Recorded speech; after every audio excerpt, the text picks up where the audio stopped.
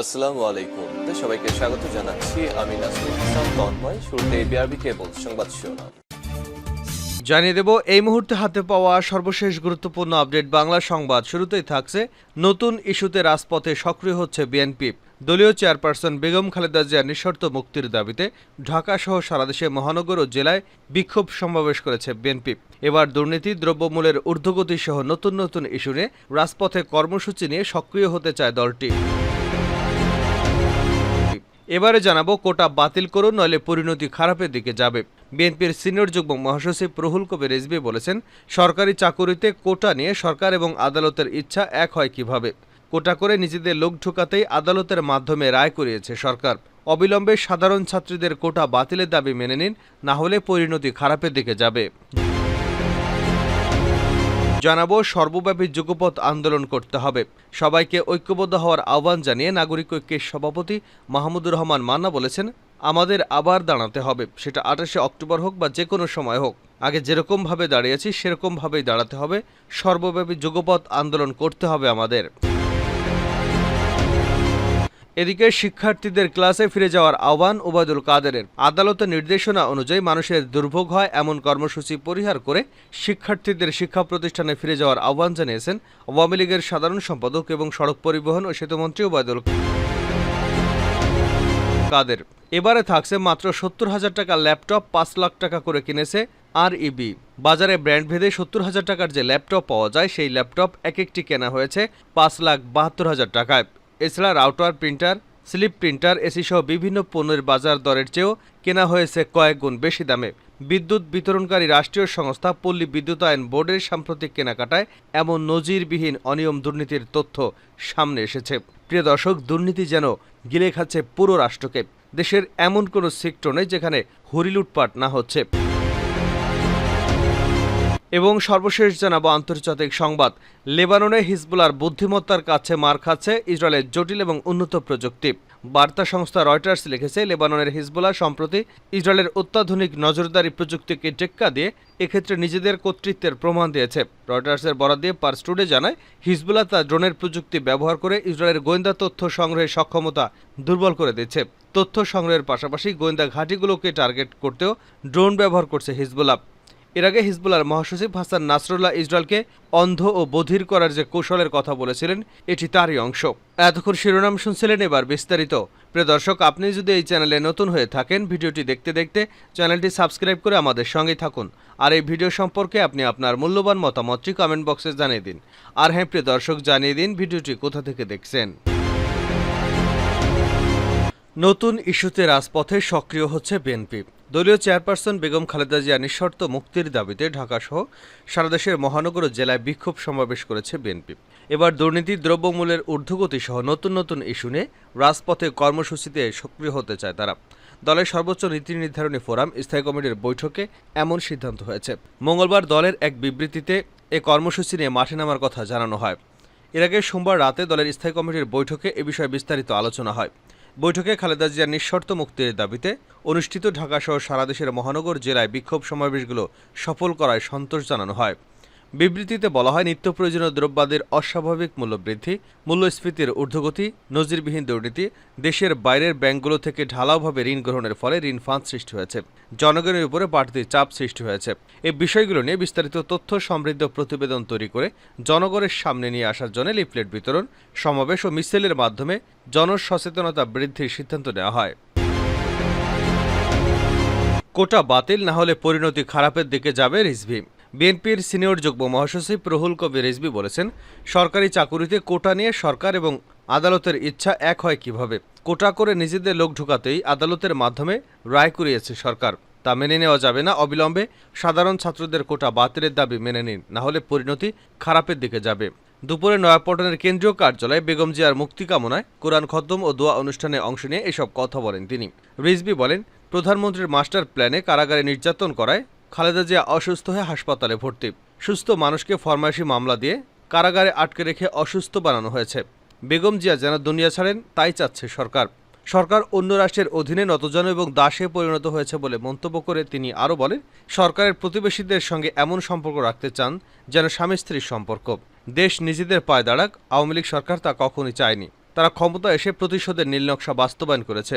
তারা নিজেদের লোকদের পকেট ভারী করার কাজ করে যাচ্ছে। গোটা দেশ রাষ্ট্রীয় স্বাধীনতা হারাতে বসেছে বলেও অভিযোগ করেন বিএনপির এই নেতা। সর্বব্যাপী যুগপৎ আন্দোলন করতে হবে মাহমুদুর রহমান মান্না। সবাইকে ঐক্যবদ্ধ হওয়ার আহ্বান জানিয়ে নাগরিক ঐক্যের সভাপতি মাহমুদুর রহমান মান্না বলেছেন, আমাদের আবার দাঁড়াতে হবে, সেটা 28শে অক্টোবর হোক বা যে কোনো সময় হোক। আগে যেরকমভাবে দাঁড়িয়েছিলাম সেরকমভাবে দাঁড়াতে হবে। সর্বব্যাপী যুগপৎ আন্দোলন করতেই হবে আমাদের। দুপুরে জাতীয় প্রেস ক্লাবে দেশ বাঁচাও মানুষ বাঁচাও আন্দোলন আয়োজিত এক আলোচনা সভায় তিনি এসব কথা বলেন। মান্না বলেন, আমাদের দেশে একটা দিয়াশলাইয়ের দাম যদি সকালে হয় 5 টাকা, বিকেলে সেটার দাম হয় 10 টাকা। তারপরও মানুষ আন্দোলনে নামে না। আমরা সবাই বলি দাম বাড়ছে সিন্ডিকেটের কারণে। কই সিন্ডিকেটের জন্য কেউ তো মিছিল করছে না। এদেশের স্বাধীনতার পতাকা তুলেছিল তরুণরা। সেই যুবক, সেই তারুণ্য এখনও রাজপথে আছে, অথচ সবচেয়ে ন্যায্য লড়াই, মুক্তি লড়াইটা এখনও গড়ে উঠছে না। বিএনপি চেয়ারপারসনের উপদেষ্টা সৈয়দ মোয়াজ্জেম হোসেন আলাল বলেন, বাংলাদেশের মানুষের একের পর এক আঘাত দিয়ে বোবা বানিয়ে এই সরকার তাদের ক্ষমতাকে দীর্ঘায়িত করছে। ঐক্যবদ্ধ হওয়ার জন্য যা যা করা দরকার আমরা করছি। বড় দল হিসেবে যদি বিএনপির কোনো কাজ বাদ থাকে, তাহলে আমাদের সঙ্গীদের বলবো, বিএনপি নীতি নির্ধারকদের সঙ্গে কথা বলুন। শিক্ষার্থীদের ক্লাসে ফিরে যাওয়ার আহ্বান ওবায়দুল কাদেরের।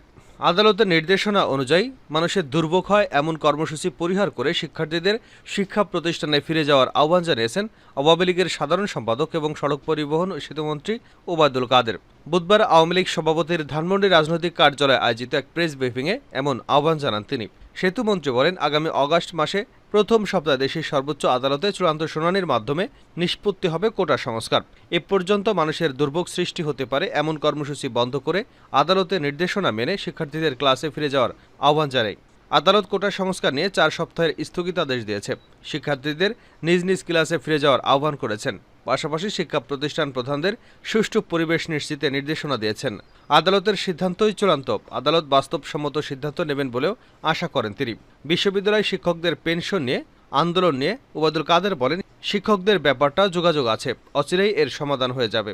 এ সময় প্রধানমন্ত্রী শেখ হাসিনার চীন সফর নিয়ে বিভ্রান্তি ছড়ানো হচ্ছে বলে জানিয়েছেন ওবায়দুল কাদের। তিনি বলেন, প্রধানমন্ত্রীর কন্যা সামে ওয়াজেদ পুতুল কিছুটা অসুস্থ। এছাড়া চীনের প্রধানমন্ত্রীর সব প্রোগ্রাম শেষ হয়ে যাওয়ায় তিনি বেইজিংয়ে রাত্রিযাপন না করে ঢাকার পথে রওনা হবেন। লেবাননের হিজবুলার বুদ্ধিমত্তার কাছে মার খাচ্ছে ইসরায়েলের জটিল ও উন্নত প্রযুক্তি। বার্তা সংস্থা রয়টার্স লিখেছে, লেবাননের হিজবুলা সম্প্রতি ইসরায়েলের অত্যাধুনিক নজরদারি প্রযুক্তিকে টেক্কা দিয়ে এক্ষেত্রে নিজেদের কর্তৃত্বের প্রমাণ দিয়েছে। রয়টার্সের বরাত দিয়ে পার্স টুডে জানিয়েছে, হিজবুলা তার ড্রোন প্রযুক্তি ব্যবহার করে ইসরায়েলের গোয়েন্দা তথ্য সংগ্রহের সক্ষমতাকে দুর্বল করে দিচ্ছে।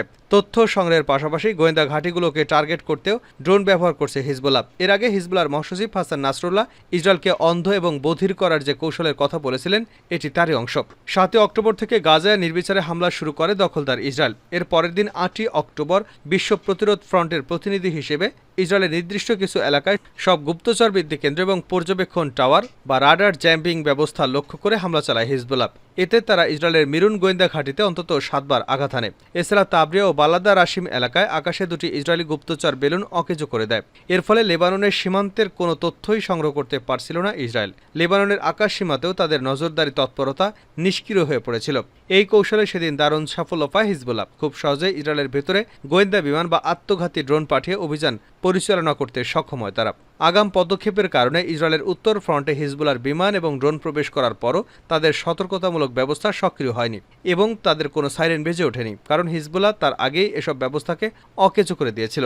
দখলদার ইসরায়েলের গুপ্তচর বৃত্তির কেন্দ্রগুলোকে অকেজো করে দেওয়ার কারণে এখনও হিজবুল্লাহ ড্রোনগুলো খুব সহজেই পর্যবেক্ষণ কাজ চালিয়ে যেতে পারছে।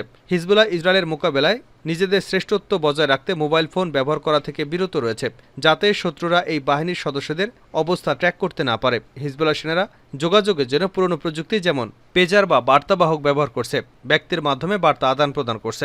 রয়টার্সের প্রতিবেদনটি এমন সময় প্রকাশিত হলো যখন লেবাননের হিজবুল্লাহ হুথ ড্রোনের মাধ্যমে রেকর্ডকৃত ভিডিও সবার মধ্যে আলোড়ন সৃষ্টি করেছে। লেবাননের ইসলামী প্রতিরোধ আন্দোলন হিজবুল্লাহ সম্প্রতি একটি ভিডিও প্রচার করে। এই ভিডিওতে দেখানো হয়েছে ইসরায়েলের আকাশে হিজবুল্লাহর হুথ নামক একটি ড্রোন নির্বিঘ্নে উড়ছে। এই দৃশ্য দেখে ইহুদিবাদীরা ব্যাপকভাবে হতবাক এবং আতঙ্কগ্রস্ত হয়ে পড়ে। ইসরায়েলের সামরিক হুমকির জবাবে লেবাননের হিজবুল্লাহ, উত্তর ইসরায়েলের এই হুথু ড্রোন পাঠিয়েছে। হাইফা বন্দরের গুরুত্বপূর্ণ সামরিক অবস্থানের ছবি তুলেছে। পাস টুডে আরও জানিয়েছে, ইহুদিবাদী মিডিয়াগুলো হুথু ড্রোন সম্পর্কে প্রচারিত ভিডিওকে অত্যন্ত বিপজ্জনক বলে মন্তব্য করেছে। ইসরায়েলি বিশ্লেষক ইউসি মেলম্যান বলেছেন, হিজবুল্লাহর কৌশলগত পরিকল্পনাকারীরা 18 বছরে অর্থাৎ 2006 সালের যুদ্ধের পর থেকে আমাদের ভূখণ্ডের তথ্য সংগ্রহ করতে সক্ষম হয়েছে, যা তাদের একটি বিস্ময়কর অর্জন। ইসরায়েলি গণমাধ্যম জানিয়েছে, হিজবুল্লাহ আরও ক্ষমতা রয়েছে এবং তারা ড্রোনের বেশ কয়েকটি স্কোয়াড্রন উড়াতে সক্ষম। যুদ্ধ বাদলে তারা তাই করবে।